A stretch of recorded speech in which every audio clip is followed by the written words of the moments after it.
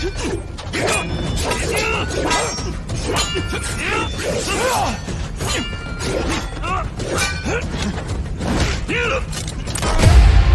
brother, dimanapun kalian berada, semoga baik-baik saja, sehat dan banyak rezekinya. Kali ini kita akan membahas alur cerita dari sebuah film yang mengisahkan seorang pendekar buta dan pincang yang diremehkan. Ternyata pendekar sakti yang sulit ditaklukkan. Tidak usah berlama-lama lagi, kita masuk ke alur ceritanya.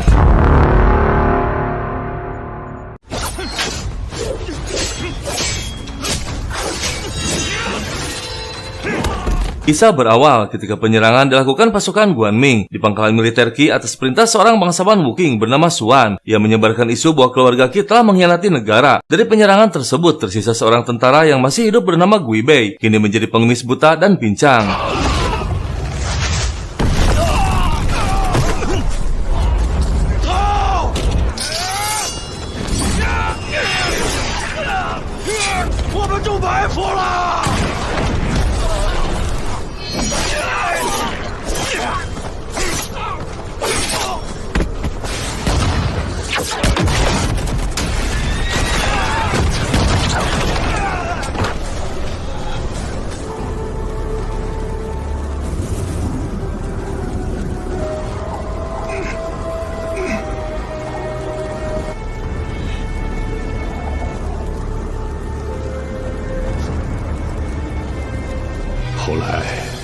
我瞎了眼，只得以力遮面。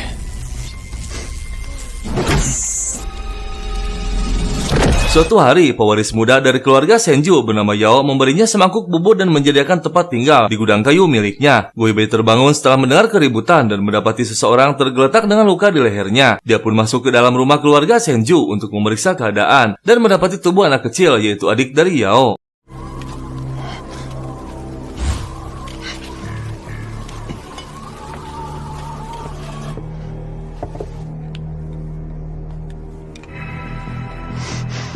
Gui Bei menginterogasi salah seorang pelaku yang berhasil ditangkap. Pria tersebut mengatakan bahwa tuannya bernama Nanju, kini berada di Gunung Wansao dan berencana akan membantai para bandit dan membagi barang hasil rampasan di sana. Nanju ingin merebut sesuatu yang bisa menjamin jasadnya tidak membusuk. Pria tersebut memberi semongkah emas agar Gui Bei mau melepaskannya. Namun bukannya menerima, Gui Bei malah menggunakan emas tersebut untuk menghabisinya. 你家主人在哪儿？ 往西北翻过3个山头便是，求求你放了我。 我们以山在一起图阵，我知道的都告诉你了，放过我吧，都给你，都给你。 Karena tergerak oleh kebaikan hati Yao, Gui Bei bergegas pergi ke Gunung Wansao. Terlihat mereka sedang membagi barang hasil rampasan dan membawa beberapa wanita dari desa termasuk Yao. Dan tak lama, Gui Bei pun muncul.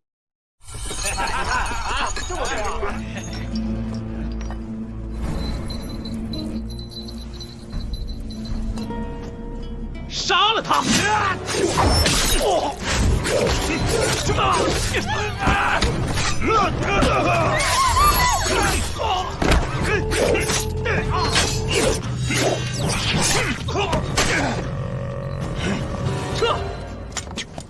！Gui Bei menyuruh para wanita membagi harta rampasan untuk dibawa pulang. Keesokan harinya, Gui Bei menunjukkan senjata yang tertanam di tubuh ayah Yao. Yao teringat sebelum kejadian malam itu, seseorang datang menemui ayahnya untuk melihat mutiara Dingyan dan berniat membelinya. Namun sang ayah menolak karena mutiara tersebut merupakan harta keluarga Senju.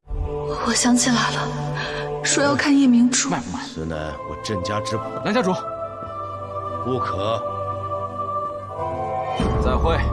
Di tempat lain, Nanju memerintahkan pengawal pergi ke tempat ayahnya untuk mengambil peralatan senjata api dan ingin Gui Bei ditangkap hidup-hidup. Di waktu yang bersamaan, Gui Bei terus diikuti oleh Yao dan meminta Gui Bei membantunya mendapatkan keadilan. 你武功高强，也只有你能帮我，请你帮帮我，求你了。你跟了我3天3夜，公道不在人心，我给不了。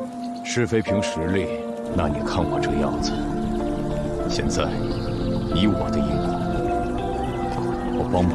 Keesokan harinya, Gui Bei menemui seorang wanita bernama Suyi yang memiliki banyak koneksi di wilayah tersebut. Gui Bei memperlihatkan senjata dan mencari tahu siapa pemiliknya. Wanita tersebut mengatakan bahwa pemilik senjatanya bernama Nanju, putra bangsawan Wukong bernama Xuan. Beberapa tahun ini mereka mencari harta karun langka, terutama mutiara Dingyan milik keluarga Senju yang diyakini bisa membuat jasad seseorang awet. 尊客想打听什么？还请告知一二。仇家？不过是个将死之人罢了。陆毅武金侯，黑白两道都要忌惮3分。此人现在何处？ Setelah Gubei pergi, Sui mengadukan kepada Nanju bahwa seorang pria buta mendatanginya agar mendapatkan imbalan besar. Nanju pun mengirim pasukan untuk menyerang tempat persembunyian Gubei.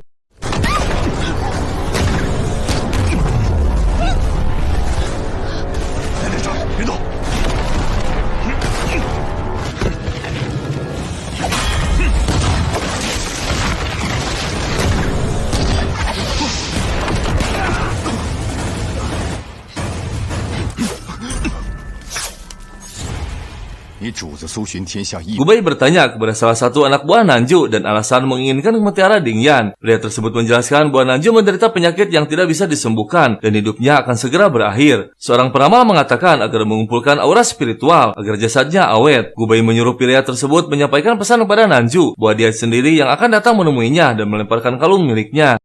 可笑，让他不用再找我，又没做明白，替我给他带个话。 Keesokan harinya, Gubei kembali mendatangi Suyi meminta pertanggungjawaban. Suyi ketakutan dan menawarkan bantuan untuk balas dendam, menunjukkan peta istana Nanlin yang merupakan tempat persembunyian Nanju. Dia membangun istana tersebut selama 3 tahun dengan dinding yang terbuat dari tembaga dan besi untuk melindungi diri dari musuh-musuhnya. Suyi diam-diam hendak kabur. Gubei menghentikan dengan luka di pundaknya dan meminta bantuan Suyi untuk menemukan seseorang. 只求放我一条活路。到底是谁？我10倍奉还。 你答应留我一命的，他自然会清理门户。你坏了修真房的规矩，你现在只要告诉我，寻个故友而已。 Di istana Wuking, Nanju dihukum oleh ayahnya Suan karena telah membuat keributan. Sebagai pejabat yang berpengaruh penting, dia tak ingin reputasinya hancur oleh perbuatan anaknya sendiri. Suan menjelaskan siapa sebenarnya pria yang sedang Nanju hadapi saat ini. Gubei adalah seorang prajurit berpengalaman yang dimiliki keluarga Qi dan dikenal sebagai dewa pemburu legendaris di medan perang. Karena Gubei sulit dikalahkan, mereka merencanakan sesuatu untuk menangkap Gubei. 你知道你最大的错误是什么？如今宦官当朝，落了把柄。 偏偏手脚不干净，便万劫不复啊！杀就杀了，听闻他双目失明，真是铁骨铮铮，有何应对之策？你我皆无胜算。 父亲，老儿愿以命为饵。 Gubei menemui teman seperjuangannya. Mereka berpisah saat terjadinya penyerangan. Temannya membuka toko pandai besi di sana untuk menemukan petunjuk tentang pasukan Guaning yang telah menyerang mereka. Ia berharap bisa membalaskan dendam kematian keluarga dan teman-teman mereka. Namun respon Gubei di luar dugaan dan mengatakan kalau mereka harus melupakan kejadian tersebut. Mendengar perkataan Gubei, pria tersebut marah besar dan mengusirnya. 难道那些兄弟们白死了吗？是踩着咱们的尸体加官进爵的，你真的甘心吗？怎么能与你无关呢？ 我问你甘心吗？顾北，你给我滚！你我以后各走各路。我算看明白了，我永远都不想再见到你，废了。 Di tengah perjalanan, Gubei kembali mengingat masa lalu dan perkataan temannya. Hingga kemudian dia kembali lagi dan menyadari masih punya teman yang tersisa di keluarga Qi. Pria tersebut terlihat senang. Gubei kembali dan memberikan senjata yang dibuatnya sendiri olehnya. 这是我亲访的五雷神器，这些都是我压箱底的宝贝，威力是不小。 我知道你是有事相求，但是胜在轻便，虽是比正主个头小了一点，但今天咱们喝个痛快。 Tak lama, Gubei menemui Yao dan memberikan senjata tersebut kepadanya untuk melindungi diri. Untuk sementara, mereka tinggal di rumah Suyi. Hingga kemudian terdengar suara pecahan kaca dari dalam rumah dan terlihat Suyi terduduk lemas di lantai. Ternyata luka sayatan di pundaknya bernanah, yang membuat Gubei memutuskan untuk mengasah senjatanya. Namun dia mengobati luka Suyi terlebih dahulu dan menyuruh Yao mengawasinya.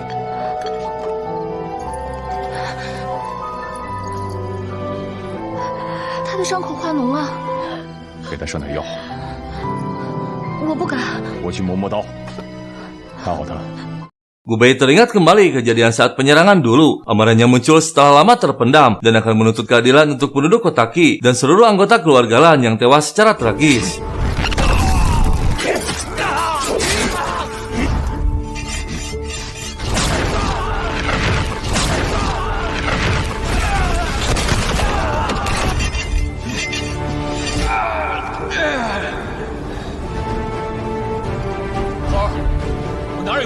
Tak lama Yao pun menghampirinya. Gubei mulai menceritakan masa lalunya. 5 tahun yang lalu dia membawa istri dan anaknya yang ada di desa untuk menyembunyikan identitas. Sepanjang perjalanan, Gubei menggunakan telinga sebagai pengganti mata. Namun saat tiba di desa, dia mendapati istri dan anaknya meninggal karena sebuah wabah. Malam itu Yao tertidur hingga dia terbangun di pagi hari dan mendapati Gubei sudah pergi. 原来你也有思念的人啊！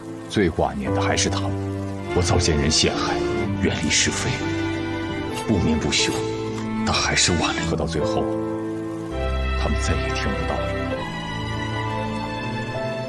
Gubei sampai di istana Wuking. Zhao Xuan telah menyiapkan peti berisi emas sebagai ganti rugi atas perbuatan anaknya. Gubei tidak mau menerimanya dan dikepung oleh pasukan Xuan. Di saat yang bersamaan, Nanju mendatangi rumah Su Yi. Melihat Nanju yang tiba-tiba muncul, Qiu Yao panik dan melepaskan tembakan.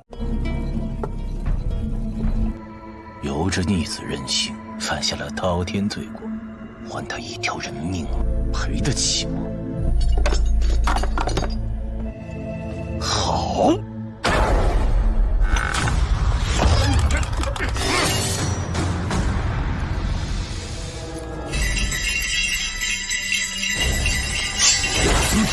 Tiba di istananya, Nanju membangunkan Gubei yang pingsan dengan menyiram air ke wajahnya. Dengan tangan diikat, Gubei berusaha melawan hingga Yao dibawa masuk. Nanju telah melukai mata Yao hingga menjadi buta. 你怎么样？我看不见了。真是我见有脸啊！死瞎子，英雄难过美人关，何必还打生打死？一个是人尽可夫的玩物，你二人便有了夫妻相，到底是绝配啊！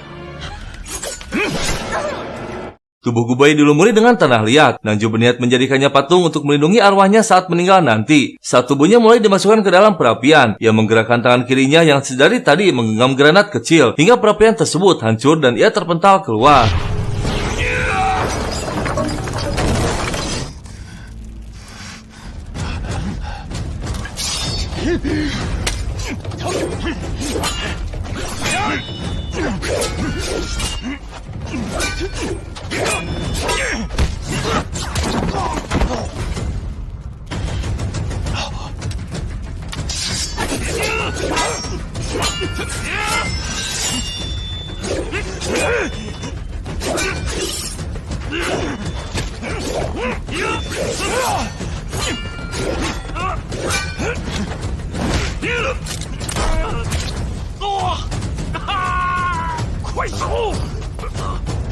Gubei kembali mengejar Nanju dan ayahnya. Xuan mengatakan bahwa dalang dari penyerangan keluarga Qi bukan hanya dirinya, namun ada seseorang yang memerintahkannya. Orang tersebut mempunyai posisi penting dalam pemerintahan. Dia akan mengatakannya dengan syarat melepaskan Nanju, namun Gubei menolak. 戚家军靠以通敌卖国之名，遭遇官军伏击剿灭，便是你赵薛所为。南猪郎便是杀手，生催死，夜不收，注定你们十死无生。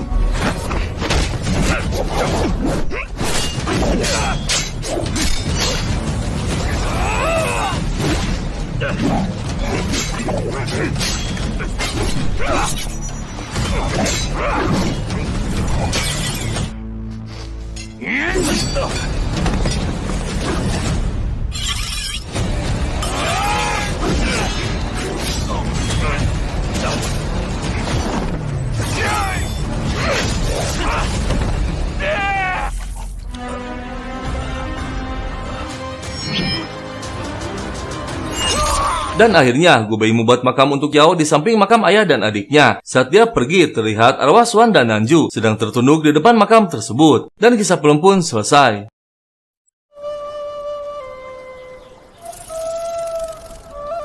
今后你只为自己而活。